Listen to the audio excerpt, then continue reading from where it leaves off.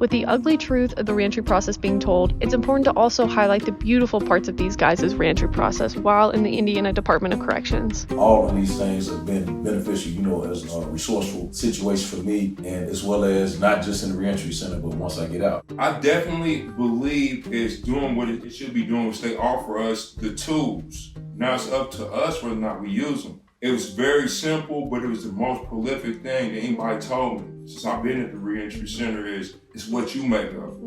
Like they say in Narcotics Anonymous, it works if you work it. Finding purpose in what you do is a universal goal, and against all odds, these men find their purpose in education, in work, in volunteering, in the arts, thanks to the opportunities at South Bend Reentry Center. Now, none of these guys have a problem finding the motivation to take advantage of the programs available. They're eager to use every opportunity they can to grow. Even with the programs, just certain people come in and teach you about finances. Yeah. Certain people come in and teach you about, like, if you want to further your education. These are all resources. Some are tangible to the point of that they can help you improve your life if you take the time out to utilize the opportunity. And one of the things, like with a lot of guys, some guys like Haji and Wilder, they want to further their education. They want to do more or less like barbering. One want to do legal. For me, I want to get my CDLs and I want to get my realtor's license. So these educational opportunities make it easier to get a job, which is one of the most important things to have during the reentry process. Chris is one of the guys who had the most to say about the freedom a job brings, and funny enough, the movie Avatar reminded him of the process. I watched Avatar yesterday. I really thought, no, for real, I do. No, the blue people one? Yeah. Hey, I watched that one too, yeah, like a few days ago, yeah. I watched it last night, and just because that's how I feel right now. When Sully was going back from out of this Avatar and then going back and he was in a wheelchair and he's putting his ways like that, he's like, man, now I feel like this is the real world and this is the pretend world, and being at the reentry facility is the pretend world. It's certain things where you're just like, okay, like I'm still locked up. And at the end of the day, it's not a big deal, but it's just reminders, that you locked up. And then when you go to work, like, man, you free, man. Like, you get to eat what you want. I'll look at it like, man, they paying me to be free. Chris got the opportunity to work with Crossroads Solar, a solar panel production company whose goal is to produce top-quality solar panels with people who have made mistakes, creating second chances and a greener earth one panel at a time. It was started by a Notre Dame professor named Pat Rager, and then I don't know if Marty is his friend or not, or just the money behind the thing, but I guess he was teaching classes inside Westville or something like that, and they was like, yeah, it's all good and well, you coming here, you teaching class, you doing stuff like that, but you would never hire somebody like me. So he decided, I don't know how he decided to do solar panels or whatever. I mean, he drives a Tesla, so he's environmentally friendly, but he decided to start a company with all felons. Patrick Reagan and Martin Wallen, president and vice president respectively, had been teaching as part of the Westville Prison Morrow College initiative for several years before founding the company. Everybody in my job, except for him and Marty, which is the owner and the co-owner, the plant manager, and everybody down is a convicted felon. And it's just a great place to work. It was other places that I could have worked and made more money, but the vibe wouldn't have been the same. During their teaching experience at Westville, they were able to not only understand just how tough reentry is, but see what they could do to actively help. They aim to break the cycle of unemployment and recidivism by actively involving their employees in the business and creating an offender-friendly environment. It was cool for me the first day I went in there and got an interview, and I talked to every workstation, and I talked to these two specific girls who had ankle bracelets, and it was just, because it wasn't a fear that I had, but I was like, well, if I get modifications, they're going to put me on house arrest, but I'll be able to go to the gym, I'll be able to do this, and I was telling wifey, I was like, well, I'm going to be wearing joggers or sweatpants to be covered up my bag. She was like, don't cover it up. I'm like, man, I don't really want everybody to know I was locked up. She was like, what for? And so these girls are at work, with the ankle bracelet. I'm like, yo, when'd you get out? They're like, April. The other one, I just got out in December. And so it was just the joy that they have for life, so it was they look forward to going to work every day. And I still do look forward to going to work. I know work is a 4-letter word, and some people I hate my life, I hate my job. And I'm just I wake up every morning yes, let me go, let me get out of here. They are also offender-friendly financially. They believe that the income hierarchy between the top of the company and the bottom should be close to flat. As such, the president's salary remains within 5% of what an employee on the factory floor makes. The financial profits are shared across the workforce. I really like that job. I love the people, and it's fun. it's fun right now. It's something that, and eventually after my 90-day probation, we get to like buy in like stock share or something like that. And eventually he wants the employees to own the company. Not only do they empower employees financially, they also empower them educationally. 4 of us is going to school right now to get certified in solar. I'm manufacturing solar panels, so I'm learning about the future. And they just gave me a scholarship to go to school to get certified in solar. So it's just like, I'm winning.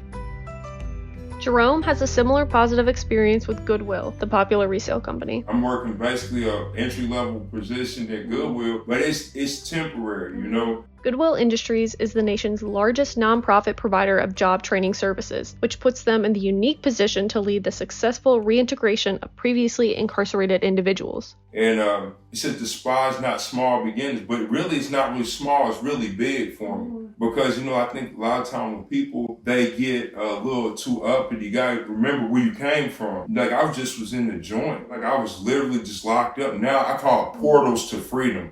This is a portal to freedom. And I'm thankful for it. Yeah.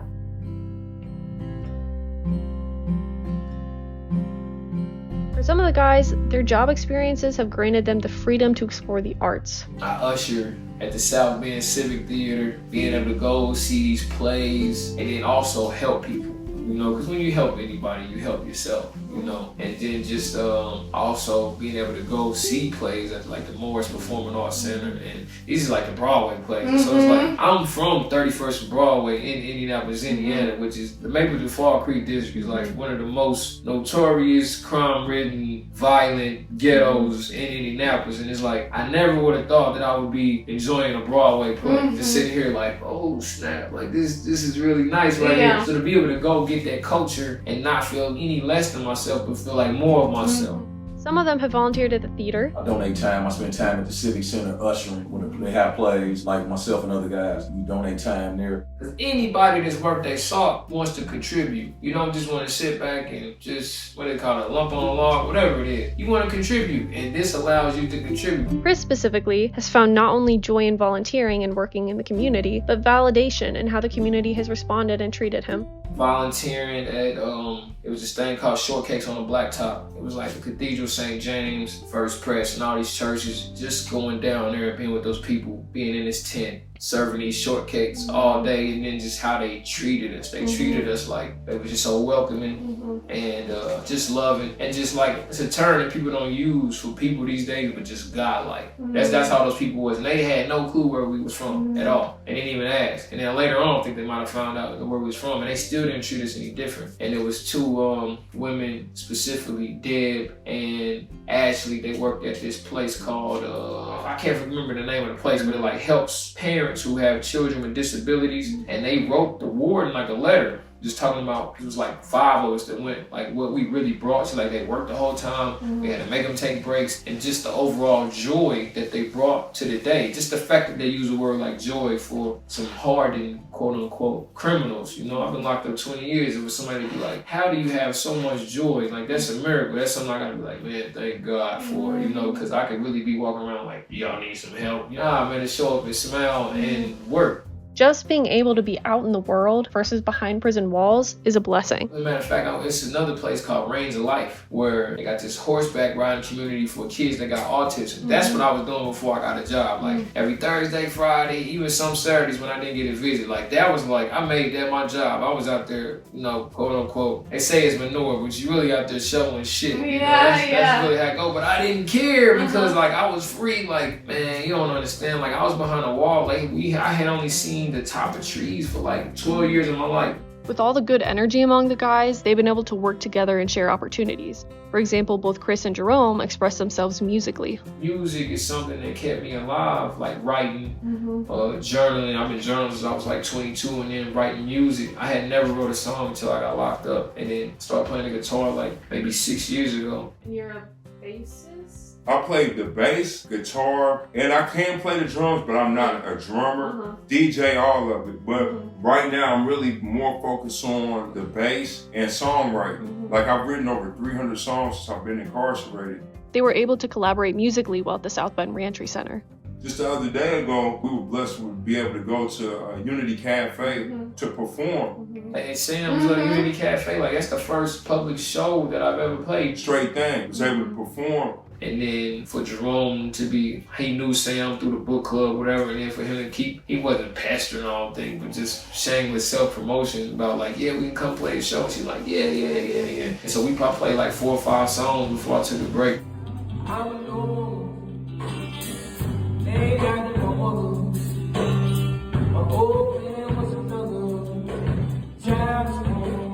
Sam was like, well, I knew y'all was gonna be good, but y'all are for real. Like that was beyond, you know. And so I was like, yeah, Sam, like this is what literally kept me alive. That's what kept me alive. So, you know, being able to meet people that give you a chance, give you a shot.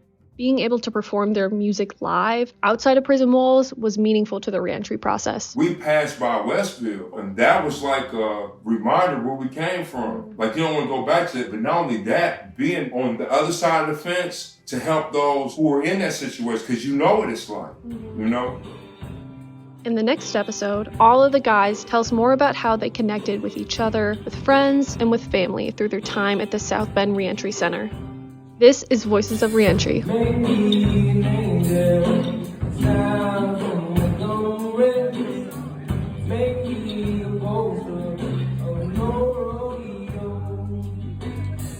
Just give me one day that I can hold on to. Living is living, it's the hard way to go. Narrated by Lillian Gramza, produced by Julia Martin, music by Blue Dot Sessions, cover art by Kelly Kowalski. Special thanks to Sam Burgett, the Community Change Center, and Valparaiso University's Social Action Leadership Team, and Andre, Chris, Haji, Jason, Jerome, and Raymond. Thank you.